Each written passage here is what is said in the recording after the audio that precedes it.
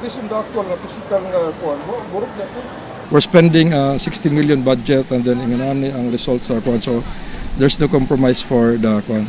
Hayan nga sirhan na sab pagbalik ang track oval diha sa Cebu City Sports Center kon CCEC.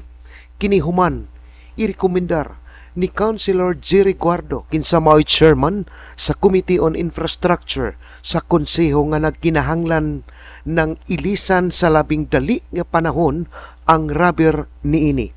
Kuyog ni Guardo nga nag-inspeksyon sa rubberized track oval ang Engineering Department si Jovito Taburada, ang Executive Director sa Cebu City Sports Center o ang engineer sa SPD Builders.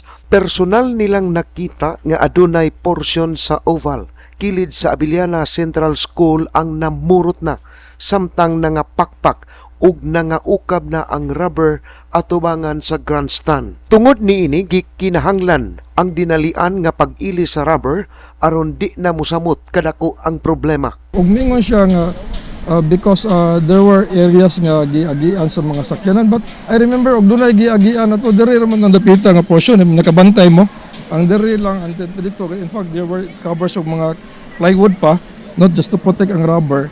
But overall, makita nimo nga the whole area man ang medyo naay mga nang burot-burot. So I should say medyo substandard gid ang pagkatrabaho ani nila nga kuan. Kay dili man kay ang portion lang ang nakita nako nga as claimed by the contractor nga do na kunoy sakyanan nga nisod ingana nga nakapal weekend bitaw sa rubber. Kay ulo dili siya design nga para sa mga sakyanan, design siya para sa mga athlete, mga sa runners. But ang nakita nga namo nga dunay nga palpak o nga kuan nga mga rubber, dili ra man diri nga portion, the whole area man. So there might be something wrong sa ilang installation.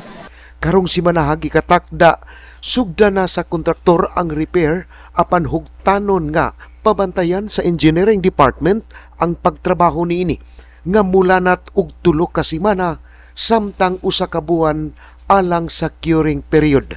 Irekomendar ni Konsehal Guardo nga sirad-an gyud ang CCEC aron dili mapalda ang pagtrabaho usab sa kontraktor sa track oval. Concern sa mga my fellow councilors because in anticipation for the upcoming Sinulog bitaw, then mag-practice na sila ang mga dancers mga middle of December.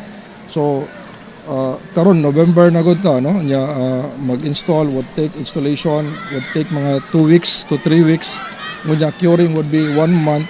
So medyo tight na gid kayo if we do it simultaneously, magsugod na ang rehearsal sa Sinulog.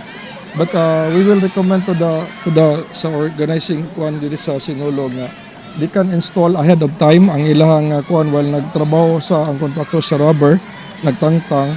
Kini ang balita.